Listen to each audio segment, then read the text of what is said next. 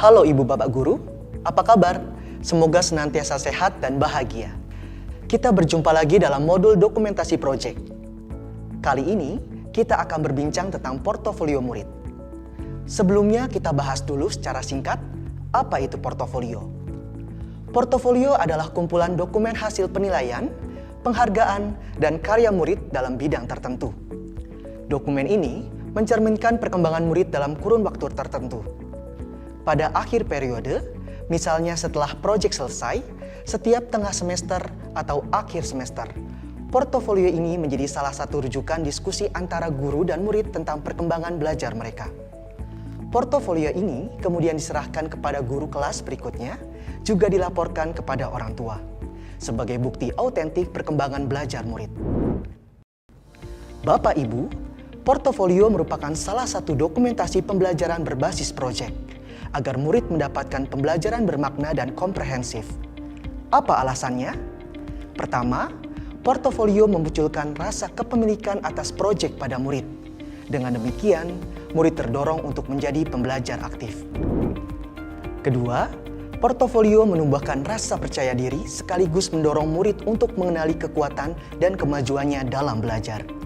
Melakukan refleksi kritis atas kemajuan belajarnya, sehingga dia memahami hal-hal yang perlu dikembangkan atau diperbaiki. Dengan demikian, dia terdorong juga untuk menjadi pembelajar mandiri.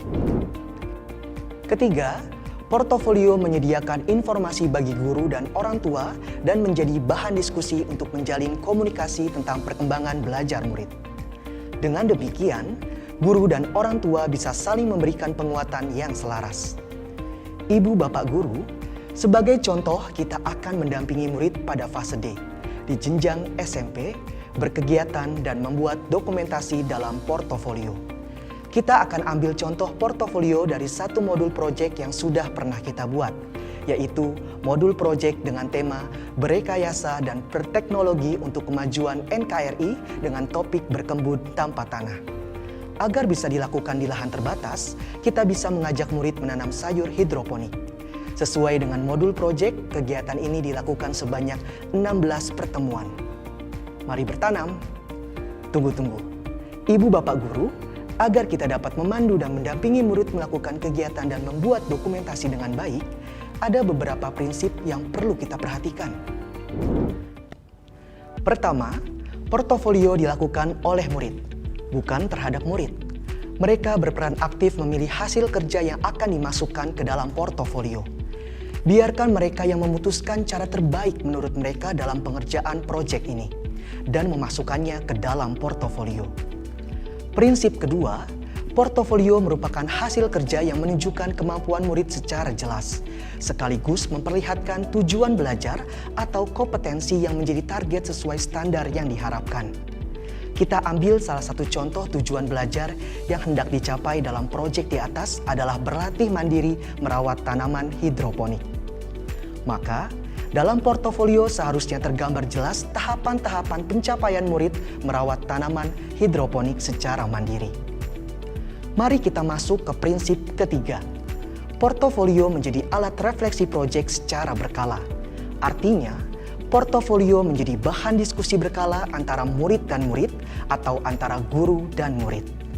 Dengan begini, murid merasa diapresiasi sekaligus terdorong untuk selalu memantau portofolionya.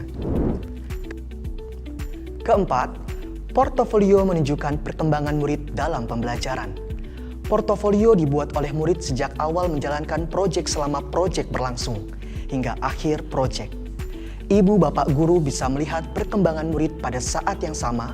Murid juga bisa memantau perkembangan belajarnya sendiri, apakah sudah sesuai dengan target yang dia buat sendiri atau belum. Prinsip kelima, portofolio dikerjakan dengan bimbingan.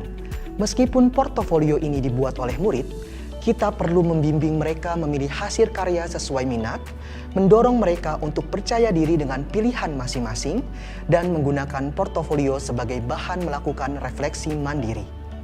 Sekali lagi, kita tidak mengarahkan isi portofolio, tetapi kita dapat memberikan panduan, semangat, juga apresiasi kepada murid. Lantas, bagaimana cara membuat portofolio? Karena portofolio dilakukan dari awal sampai akhir proyek, kita akan sesuaikan pembuatan portofolio sesuai dengan alur kegiatan proyek berkebun tanpa tanah. Pada modul proyek kita menggunakan tahapan yang disingkat MAKERS, yaitu masalah, apa idemu, konsep, eksekusi, renovasi, dan sosialisasi. Mari kita bahas bersama-sama. Tahap masalah dan apa idemu. Ibu bapak guru, pada 2 tahap pertama ini, kita akan ada banyak curah gagasan yang dilakukan oleh murid dalam menentukan masalah yang ingin diselesaikan. Ini merupakan tahap bagi murid untuk mengeluarkan ide-ide solusi. Oleh karena itu, ajaklah murid untuk mencatat ide-ide mereka dalam lembar aktivitas yang disediakan di modul proyek. Sehingga catatan ini menjadi hasil dokumentasi tahap awal yang dapat murid sertakan ke dalam portofolionya. Tahap konsep. Ini adalah tahap di mana murid membuat rancangan solusi yang akan ia buat. Apa yang bisa disertakan ke dalam portofolio? Misalnya, murid sudah menetapkan rancangan konsep dari memilih benih, membuat media tanam dari bahan sederhana, perawatan, hingga terakhir proses panen. Lembar perencanaan atau infografik ini juga dapat disertakan ke dalam portofolionya. Tahap keempat, eksekusi. Nah, ibu bapak guru, bagian ini cukup menantang. Murid akan melakukan uji coba rancangan solusi yang telah dia buat. Sebagai fasilitator yang bertugas mendampingi, kita dapat mengajak murid untuk mendokumentasikan atau mencatat kegiatannya. Seperti misalnya, pertama, murid membuat folder atau map berisi lembar checklist dan dokumentasi perkembangan proyek. Kedua, murid boleh mendokumentasikan perkembangan tanamannya dengan foto, gambar, video, dan sebagainya. Ketiga, murid dapat membuat lembar pengamatan tanaman. Berilah waktu bagi murid untuk memeriksa tanaman mereka dan membuat catatan atau dokumentasi. Lembar catatan bisa dimodifikasi sesuai jenjang kelas ya Bapak Ibu. Misalnya seperti ini. Gambar lembar pengamatan tanaman. Atau seperti ini. Gambar lain lembar pengamatan tanaman. Nah, tibalah kita pada tahap kelima, yaitu renovasi. Dengan portofolio yang telah dibuat, murid akan mengevaluasi untuk menemukan kelebihan dan kekurangan proyeknya. Sehingga jika ada perbaikan yang dilakukan, semua langkah perbaikan kembali dicatat dalam lembar pengamatan dan dimasukkan ke dalam portofolio. Tahap yang terakhir adalah sosialisasi. Setelah menjalankan proyek, melakukan evaluasi dan perbaikan, saatnya murid menceritakan karyanya. Sosialisasi bisa dilakukan dengan mempresentasikan portofolio yang telah ia buat, membagikan hasil panen, hingga membuat acara memasak hasil panen dan makan bersama. Sedapnya. Murid-murid pasti mendapatkan kesan yang sangat mendalam dari proyek ini. Oh iya ibu bapak guru, ingatkan kepada murid agar melakukan dokumentasi berupa catatan atau foto atau video saat mereka melakukan sosialisasi. Setelah itu, catatan dan dokumentasi juga dimasukkan ke dalam portofolio. Setelah tahap sosialisasi selesai, ibu dan bapak dapat mendampingi murid melakukan sesi refleksi mengenai hal-hal yang disenangi, yang dirasa sulit pada saat pembuatan portofolio. Atau mungkin murid ingin berbagi terkait kemampuan baru yang didapatkan saat membuat portofolio seperti kolaborasi, kerjasama, atau mungkin teknik pengambilan foto juga dapat dilakukan. Ibu dan bapak guru, bagaimana?